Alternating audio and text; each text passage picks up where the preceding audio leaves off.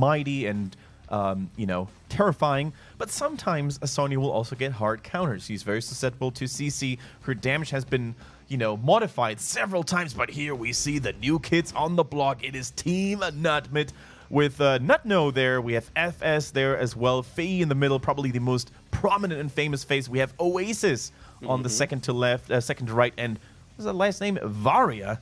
Man, you just needed to add an N, and you would have had the perfect nickname, dude. You mean the worst? No, it would have been a great nickname. But yeah, they also have I'm just going to call him Varian. I mean... Fair enough. Apparently, Varia is down on their roster sheet as a substitute.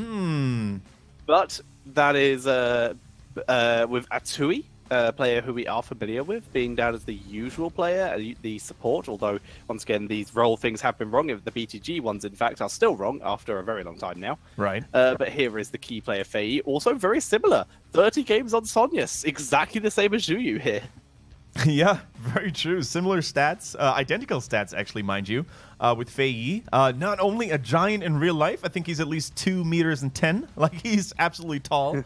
And but also a very kind person, a very likable player, and a very deadly one if you don't pay attention to him.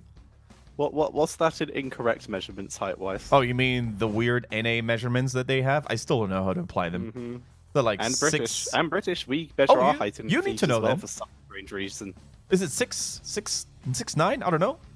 6'9", Jesus, that's tall. That would be taller than Jayhow, I think. I think he's 6'7"-ish. I'm not sure. Okay, dude, I think Fei might be taller than Jayhow. I'm not sure. We're gonna find out at some point, hopefully. Find out. For now, though, TeamNut have chosen to take us to our first Tomb of the Spider Queen today, and we are preparing to move on in. This does mean, of course, that it will be CE Challenge, going with the first pick and first ban, already removing the Maiev. Alrighty then, and can you believe the meme potential that members of TeamNut could have gone for? You could have named yourself Hazel, you could have named yourself Cracker. It would have been amazing. Cracker? Oh, not Cracker. Yeah, you know, the classical classical piece of music. Confused. Slash, you know, piece of equipment for literally breaking nuts. Exactly. Thing. You could be your own team's Cracker. Hopefully not in a negative way. Well, you name you are Team Nutcracker, and you only play Phoenix. Full Planet Cracker build. Oh my god. It would have been perfect, yeah.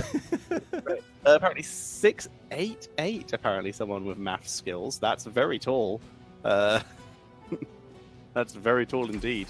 But we have Malfurion as the first pick, surprise, surprise. But with Tracer banned out, I was curious what they're going to run it with, as Tracer being Alufal's main hero. Yeah, absolutely. So, Alufal, of course, a dreaded Tracer. It was also banned against him multiple times at the mid-season brawl. I was able to catch a couple of the CE games, and even teams from other regions, they did their homeworks. They basically kept Alufal in check here.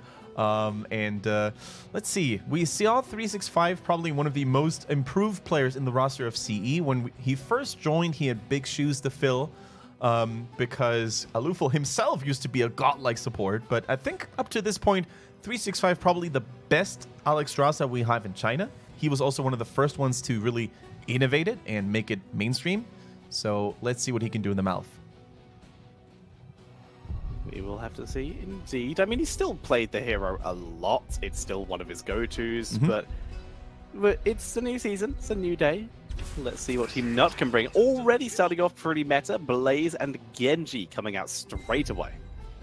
Okay. Very good. So Alufal, man, he's getting hard countered basically. The two go-to heroes, right? With Tracer and Genji are already denied in one way or the other. So what does he have left? I mean, he's a really good Grey main. He could probably fit onto that. Another ranged hero that he is sometimes seen on, of course, could be the Hanzo. Still a lot of heroes to choose from. Yeah, he has several options, but like you said, there's a lot of focus onto his hero pool at this point, which is pretty interesting to see here. In terms of assassins, like you said, Tracer and Genji are by far and away his most picked, but below that it is Greymane. Hanzo, he does bring out every now and again. Yeah. It's currently not banned, and I think that would probably be the higher priority pick. Yeah, a little bit of a background story, by the way, for Luful, if you guys are into some additional knowledge here. He's also a medical student at one of the most high-profile universities in China, I was told by Yaya. So not only is he a deadly player, but also a very smart mind, and really cool to hear. I'm trying to remember which philosopher this is, but I can't. A disciplined mind is a...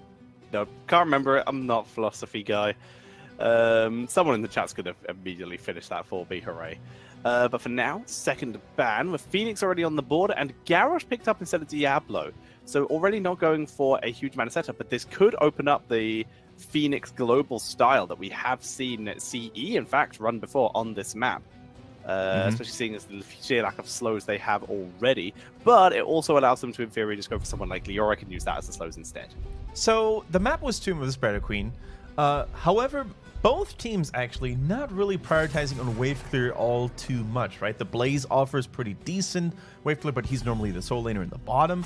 And even CE with Phoenix, you know, he's not really a Gul'dan. He's not really, let's say, a Vala who's, you know, who excel more at dealing with waves. So I think the philosophy, the game plan has changed from clearing waves as fast as possible into going for actual stable rosters, right? Who can dominate and poke the enemies around the turn-in zones, which is definitely something that Phoenix can do very well, especially if in ranged mode.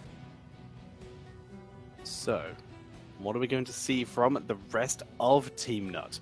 You need something to really deal with that Phoenix. They already have a fair amount of lockdown, a little bit of burst, but something to set up for that Genji execution.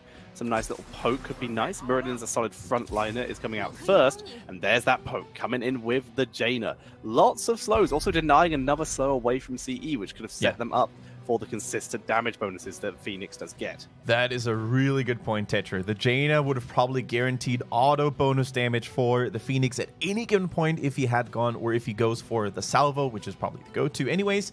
But it also combos very nicely with what TeamNut currently has, right? Genji thrives when he gets those resets on his Swift Strike, and Jaina, being another high burst assassin, can definitely help him to achieve that. And also, the more burst you have against a Malfurion, the more he struggles to keep everybody alive, right? Malfurion is a very good support, mind you, but he struggles when it comes to healing one specific target against burst damage. He's a great AoE sustain healer against poison damage, slower damage, but against the likes of Jaina, Genji, he could actually struggle.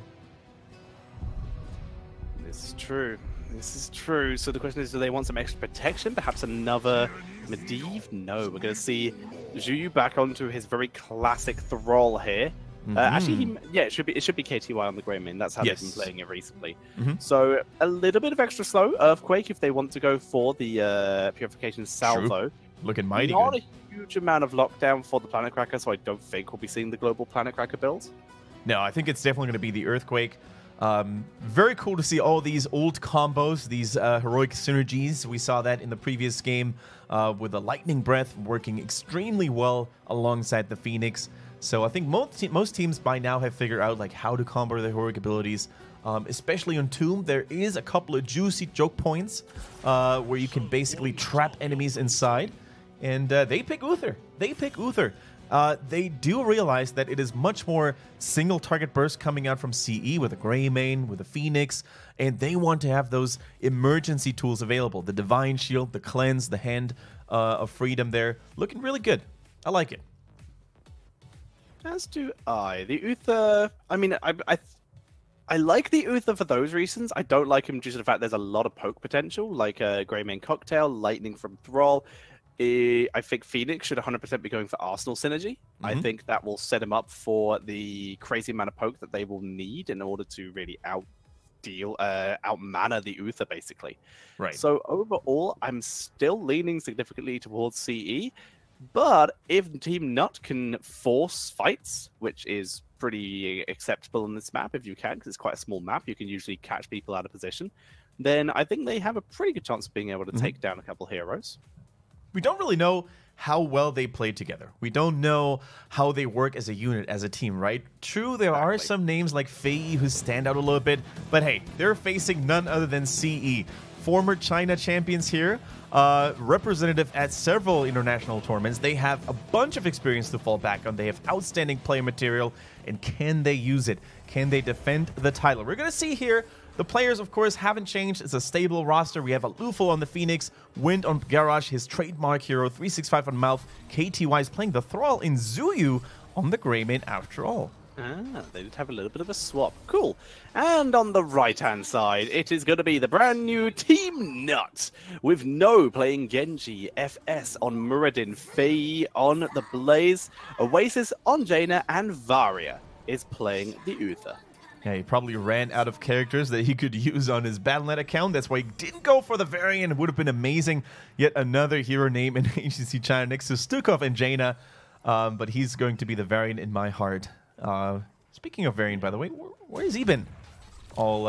Exactly where he has been at mid-season brawl, and that is not really viable because he doesn't really work at the moment. I lost a bet here, okay? I told Tempo Storm if they make the variant win, I'm gonna give them the 1,500 bits, so they would I could basically get their logo and stuff, and they won with it.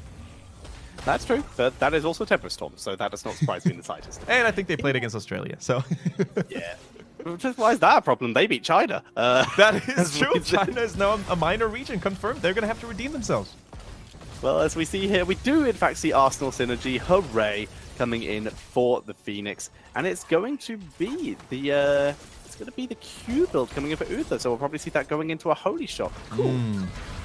So I saw a lot of Uther lately being played in the Western HGCs, and almost always did I see a Hammer build. Hammer of the Lightbringer level 1, you would go for the Matter region, you would go for the cooldown reduction on your stun, which is very useful if you have priority targets like a Tracer, for example, in the enemy team, if you basically have characters that need to be chain CC'd, if you want to go for combos. But here, I think it's fine to go for the Holy Shock build if they end up going for it after all. Because, let's face it, there's only so much you can do to stun. You can't really stun a Garrosh. He's going to flip you over if you get too close. Thrall is more like a poker these days as well, so I like the ranged healing you can do with it. And the ranged poke. TeamNut playing defensively as the Bruiser camp of CE arrives at their gate.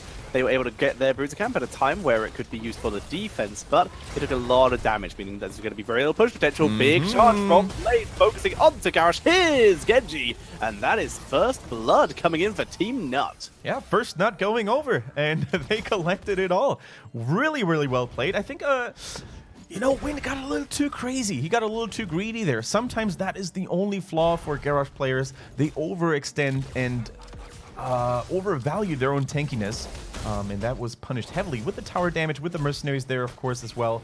So, TeamNut already looking mighty solid. They're trying now to get a little bit of extra map control ready with the Siege Giants in the bottom lane. We see Uther actually not fully committing. No Holy Shock. He goes for the movement speed on the Hammer of the Lightbringer.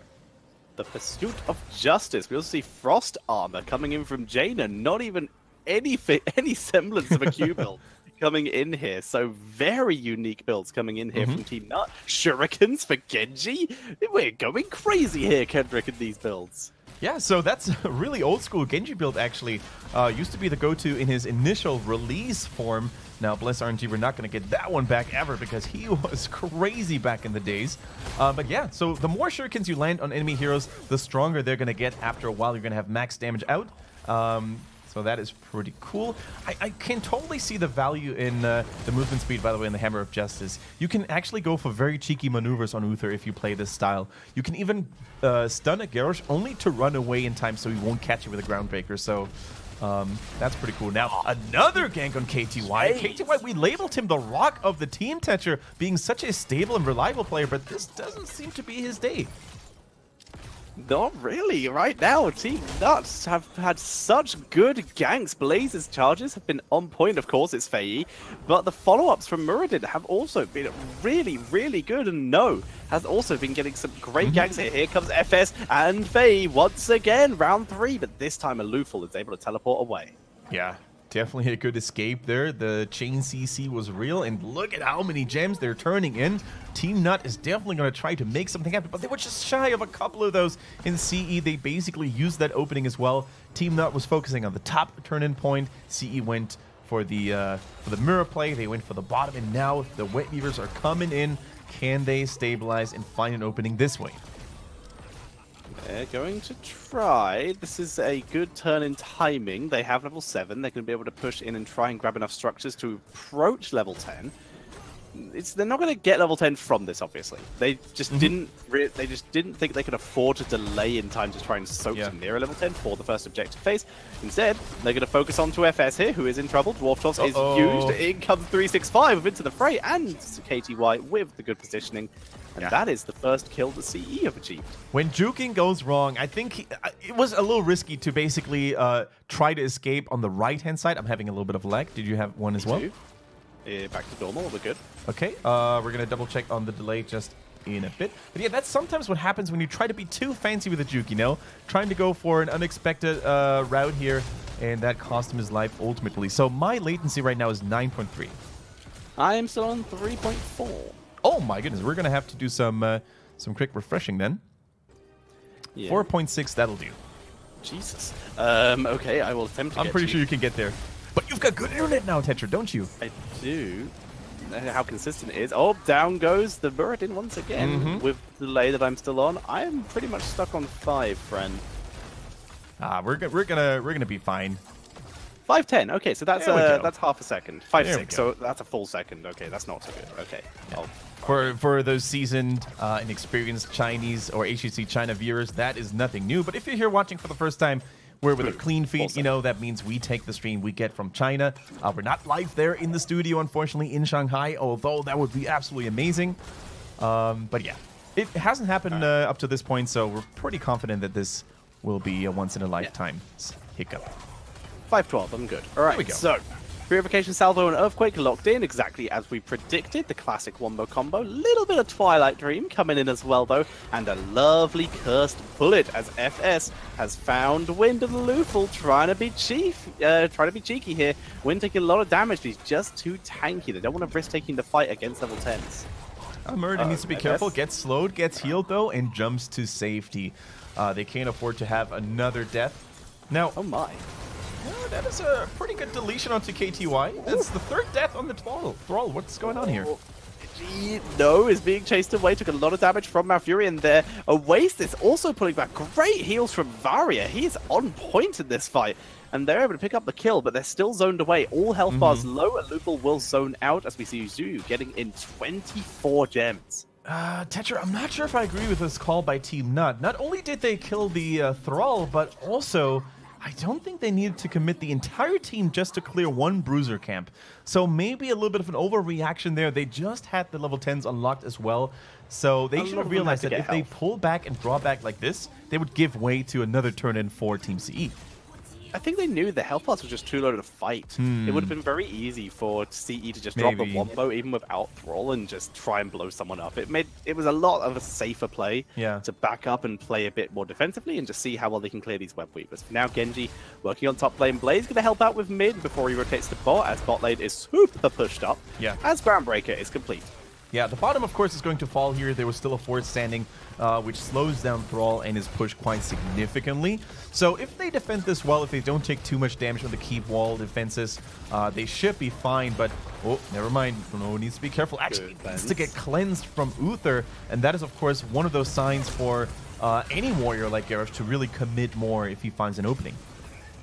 Faye was looking for the 4-man stun there, not able to get it. Everyone just out of range. No, runs into a second Web Weaver purple wave there, and eats a cocktail. Dropped super low. It's going to be forced to back here. And as such, this Web Weaver will get cleared. That's not a concern here. But it will mean that this this push is going to continue for a little bit. But with a level 13 advantage, this is very unlikely going to turn into a team fight by TeamNut unless they can get someone out of position as Muradin. There's the double charge. Dragon Blade's immediately pop, but the Twilight Dream is so good. In comes the salvo. Great damage, but deflect from No is super good. FS is low, though. No is low, though. And that is going to be potentially a full team wipe, but they can chase far enough. They can't. But that's still a 2-for-0. Yeah, that did not work out the way TeamNut wanted it to work out because true, they were a talent down, but Muradin got chopped to pieces so quickly. Luful landed a great salvo as well on multiple targets, and the bunker didn't provide enough protection, and that is basically the aftermath. That is the consequence of, you know, letting the Whitbeers just go through like this. They opened all the gates before CE that was, and they had an easy keep as a result, as we have another stutter. What is going on for you? You had one as well? I'm fine. You're fine? I'm fine. Damn, is on my end? Is your internet now the one reigning supreme? Let's see. Maybe I am now the master. But You're the master now. Fight, the Arsenal synergy was just insane from Aloufal. He was dropping so much damage in that fight that he was able to get it. In the meantime, though, TeamNut able to get their first turn in of the game. Going to try and get some counter push. Top web, we was going to get absolutely wrecked. But mid, however, is prepared and set up for a push. Do you want to do a quick resync in case the fight happens? Yeah, I guess we could do that as we see the Wet Weavers 505. Let's see. I'm sitting at 3.6 now, so... Jesus, I can't get that low, dude. No, it's all right. I'm going to try again after this push is over. We don't want to miss any of the action here, guys. So the Whitbeers are pushing in. 13 is around the corner for TeamNut. Can they wait a little longer? No, they don't care. China doesn't care about levels and talents. They're going in right here. Here comes the Earthquake. Beautiful Divine Shield, though, keeps Blaze in the fight. Shouldn't have been needed, though. That Divine Shield shouldn't have been necessary. Avatar has to be popped as well due to the first bullet. And, well, FS is just doomed. Everyone else will be able to back up. No, maybe not. Deflect. No, gets taken out as well. Dude, I think we're actually perfectly fine on sync. Like, for some reason, that was super in synchrony. I like it. Really? Mine is 5.9, 509. Yeah, I think my latency just jumped up and down anyways, and it probably settled down now to a similar level, so let's just keep it at that. We'll take that. Tetra, what is going on? China falling back into these Chinese habits. They don't care and they don't respect about talents, man. I don't know. That was such a weird push, and the angles were so bad. They could have, in theory, got like a load of towers and maybe a single fort if they committed to mid lane and then rotated bots. Yeah. But instead, they went too deep and they got nutting. Oh man, how am I able? How am I supposed to work like this through the next 3 weeks with TeamNut just making it so easy? I mean, you've already been a pun master before, but this is just Tetra in his best form. Just got to accept it. Final form. Just got to accept it. It's going to keep happening. As we see TeamNut once again going to have to move on to the defense with a keep already down, with Sea Giant Cab in the bot lane. That's going to have to be the priority lane. Top fort will almost certainly fall. Mid keep is the #1 defense point because they don't want to lose another keep, but bot lane still has to be managed. Blaze will clear this up enough to stop the core taking damage, but mid keep has to be protected to try and deny more catapult pressure. All right, here we go. That is a mighty push there, knocking on TeamNut's doors. That's gone. Yeah, I think that this is probably the nail in the coffin unless they make a miraculous hold. They need to force something right now, but they're not even 16. It's a 4-level lead for CE. Look at how the core is melting. There's just blue goo everywhere on the map, and there's no way TeamNut can defend. Here it goes, a last Hail Mary attempt, but look at the core just dropped super rapidly, and that Tetra is 1-0. Easy peasy lemon squeezy for CE. Well,